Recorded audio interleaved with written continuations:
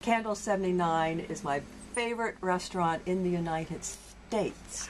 Maybe even the world. It's just that I haven't checked. Jorge Pineda? Yes, Pineda. You are mostly in pastry. You're a chef and you're a manager, but is your main focus on pastry, desserts? I do a lot of pastry, but I do the menu in the restaurant too, and I'm involved in a lot of other stuff. It's just I don't have time to do a lot of savory, and Angel helped me with pastries too, so we help each other. And you mentioned Angel Ramos, and you actually got started a long time ago at Candle Cafe before Candle 79 Yes. started. Been with Joy for at least 14 years. You sound like an old married man. We are. We're like an old married threesome. Yeah, we know each other. Like Jorge, I know Jorge for like almost the same time, like 14 years. We're like very close. Yes. We've been together for a long time. Candle Cafe. You started there as well, didn't Yes. you? Oh, you were the main chef there in the beginning, or not? No, it was another guy, and then I took over from him. Uh-huh. So both of you though really cut your teeth with this person named Joy Pierson, the one of the, well, we can almost say founder. I know you don't say that. You give that to Bart Potenza, your hubby. Yes. But you're certainly one of the co-owner, I guess, Yes. would be a good, and a nutritionist. Yes. So how did you find these two gentlemen? I think we found each other, actually. I think that both Angel and Jorge came to the Candle, but I think it's the relationship that we've developed together that's so extraordinary, and I think the book is an outpouring of that. I think culinarily they have, like you said, it's a lot of people's very favorite restaurants, and they're a lot of people's very favorite chefs. And I'm really proud of their accomplishments and proud of who they become. And this is, as you know, this is hard work. This is long work. Sometimes Bart said it's not as hard as it is long, but and they've dedicated themselves and educated themselves a lot, and educated themselves by meeting other chefs who aspire to be like them, who are maybe mainstream chefs. So it's been quite an extraordinary journey with them, and I couldn't have asked for two better men to be on the journey with. I could cry, but I won't. But I'm very moved by who they've become culinarily. I mean, I think their cuisine is extraordinary. I think the love they put into it, I think that is their little bit of their secret ingredient. But I believe that they also are so educated in that way. Like, I'll talk to Angel and he will be studying food, and he'll be studying at the library about culinary, something else he wants to try to master. And Jorge too is, working on, I know you've had the cannoli, and yes. I know in the book there's the chocolate tower. I mean, there's some extraordinary, and I think everything they touch is really quite delicious. Well, the New York Times have noticed. Yes. And a lot of other publications. So I hope that you revel in that, and then also keep on expanding your skills, because everybody's waiting. Yeah, that's what you mentioned before is like, like it became like really famous restaurant. It's only, because we put a lot of effort and work on what we're doing, and as long as the customers leave happy, that's what it counts. I think all that hard work that we do, I think that's our payback is like, customers keep coming back and back, And like most of the customers that we had, they're not even vegan.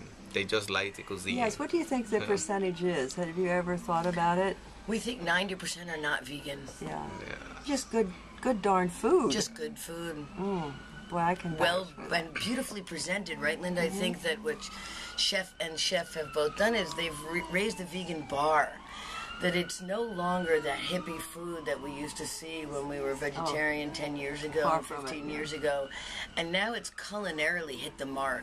I think it's beyond the mark, but that's my personal bias and opinion. But I think it's extraordinary. What do you do to replace eggs in desserts or baking or whatever? Believe it or not, just whenever we want to make something or we want to create something new, we just come up with new things without even notice it the way we do it. It's just, we've been doing this so long. So you that don't it's- think about, well, normally I would make that, but I would need eggs to make it. No, no. You don't. You come just from the beginning, so that you're not thinking about what you don't have. You're thinking about what you do have. Right. Yeah. That's excellent. I don't think it, like, if I don't have egg, how I'm gonna do it? I just think like, just let me do like a cannoli, or let me just do an ice cream. So how do you make an ice cream without cream? Without cream, without milk, Yeah. you just a lot of soy milk, coconut milk, sugar. You know, just you add different ingredients, and the amounts that you put, it counts. If you put too much of sugar and not too much soy milk, the mix is gonna be soft. It's just the, I guess it's the right mix, made the right ice cream. Do you use nuts? No nuts. No nuts. I do a raw ice cream. There is agave, cashews, and coconut meat, and huckleberries. It is so clever. I mean, so many people just are amazed. Yeah, we do a lot of different flavors with the raw ice creams, and we done ginger, huckleberry, pumpkin. So we do. Well, you serve it's like three scoops on a dish. What do you call that? A sampler. Sampler, yes, a There's a picture, sampler. I think, in here, I think and, that's wonderful. I love that idea. Yeah, we serve 3 different ones every day. Just for people to get to enjoy it. Well, so really people don't have to go without. They can have a similar and sometimes a better tasting product. There's no compromises. We don't compromise any flavor or anything here. And I think what you are getting is a cleaner, better tasting product. Remember, we don't use artificial anything. Everything Right. is pure, 100%, and everything we make, we serve in the restaurant. We make it here. Yes. We don't really buy anything made already. Angel, you even have a signature dish on the menu, Angel's Nachos. And who doesn't like nachos, huh? I held off ordering that for the longest time because there were so many other things, and I thought, oh, nachos, you know, I know what they are. And blah. Then one day it hit me, wait a minute, sour cream, cheese. I started thinking of all the things that are normally in a nacho dish, and I had to order it, and I thought, oh my goodness, now it's hard for me not to order it. So how do you handle the sour cream aspect especially?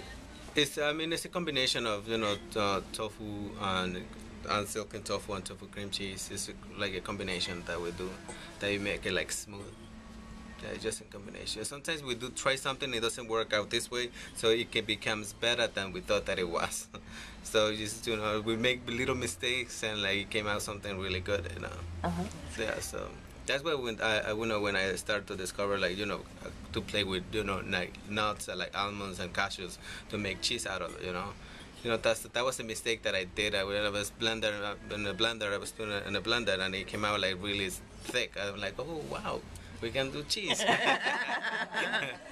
As a matter of fact, you do put a little bit of cheese. It's almost like a ricotta, I think, on a beet salad. Yeah. And it's just so simple. How do you do that? This just canola oil, almonds and lemon and salt. That's what it is. Now, I know all of you work with the New York Coalition for Healthy School Food, too, which is an organization here in New York that's trying to get more plant-based foods into the diet and try to help some of these kids who are... Joy, do you want to tell us Actually, a little?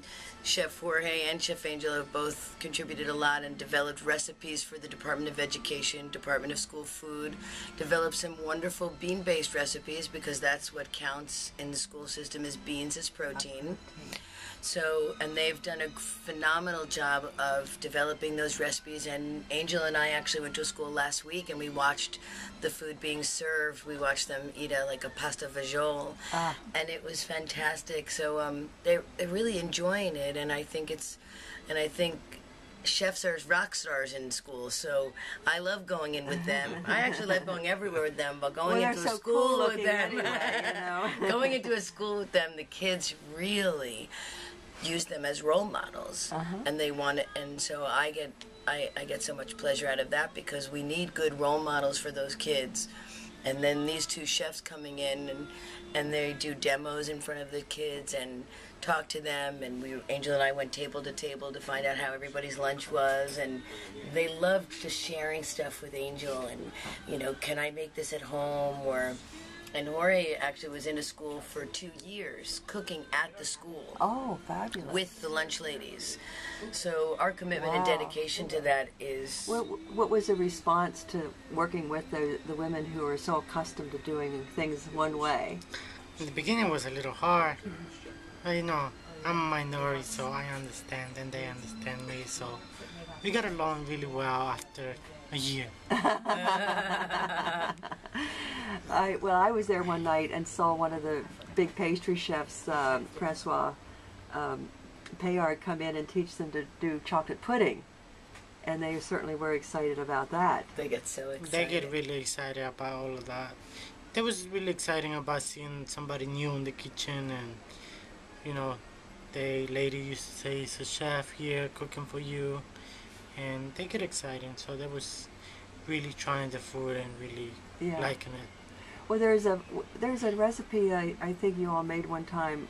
It was a pizza, and I know anybody could make this of any age. Would you describe it, Angel? Pizza. I don't think I have made pizza. Do they? Yeah. You did it. Yeah, you did it, Jorge. It's just pita with tomato sauce and some tapioca cheese. Very simple. Nothing. Yeah. And when you say fancy. tapioca cheese, so how did you manage to get on their schedule? Would you first of all explain what it is? Daya cheese is a cheese made out of tapioca, and it melts, which is its claim to fame. And we only used it on a family dinner night. They don't have that kind of ingredient in a school. So I think the pizza could just be with a tomato sauce and then some sliced onions, but, you know, they're very simple. We actually put that night, I think, if you remember, Chef, we put capers on the pizza, and so it was sort of unusual, and the kids actually, I think we put actually seaweed on one of the pizzas.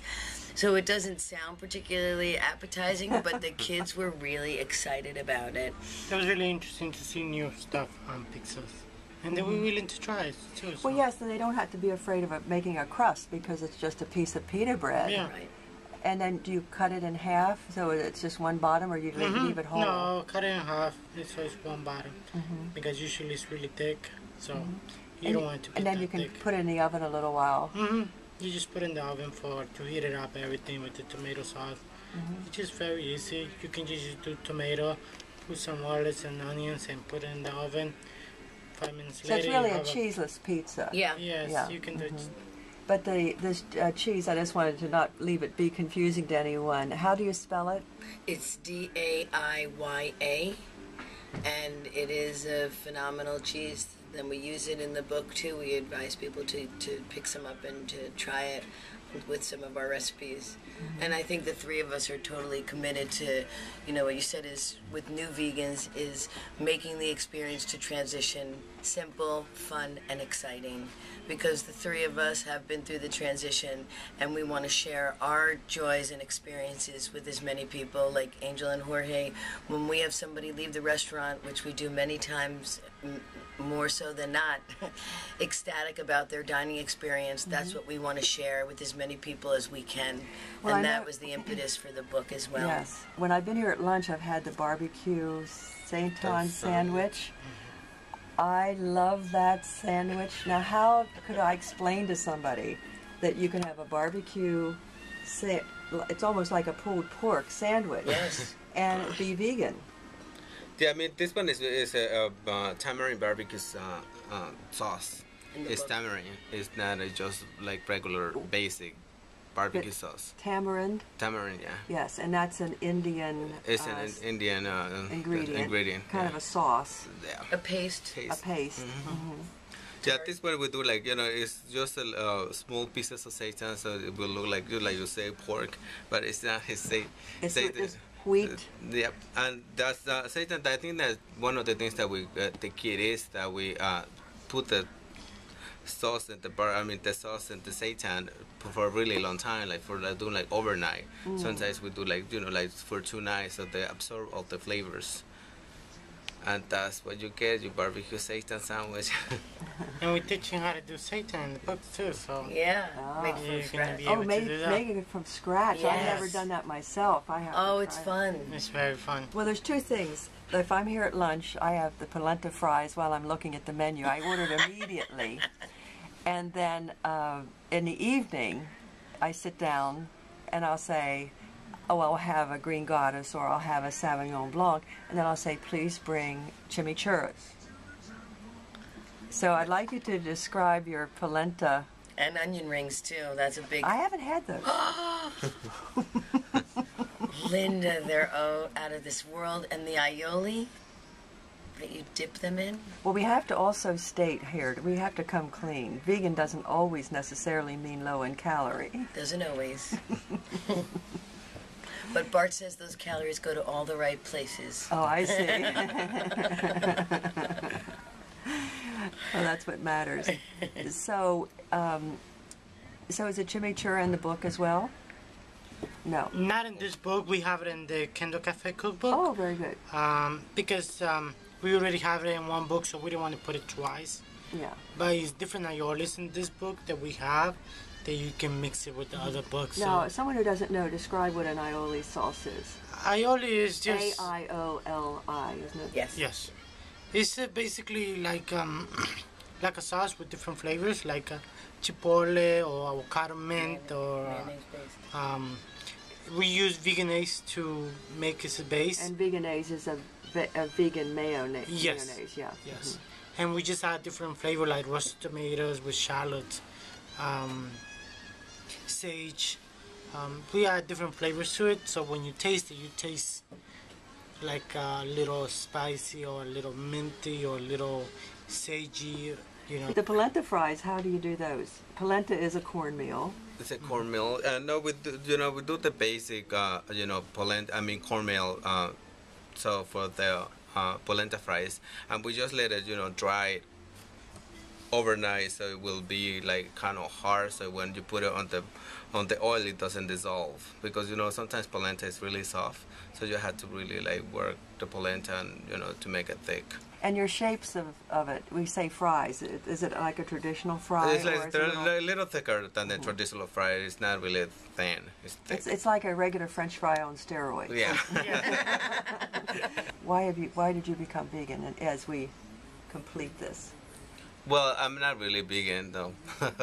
So, but I mean, I like the cuisine. I like, I like to cook for like, the people that they come here and they're really happy. It's like Joy said, we have a onion rings in the menu, and in the book. It's like I just want to try to make like traditional food but vegan.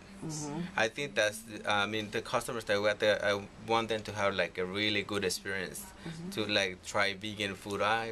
Vegan, but no. that's what everybody wants at home too. Is So a good experience. and even we have like meatballs, but with seitan, it's like wheat balls. So we try to make whatever is already out, but vegan.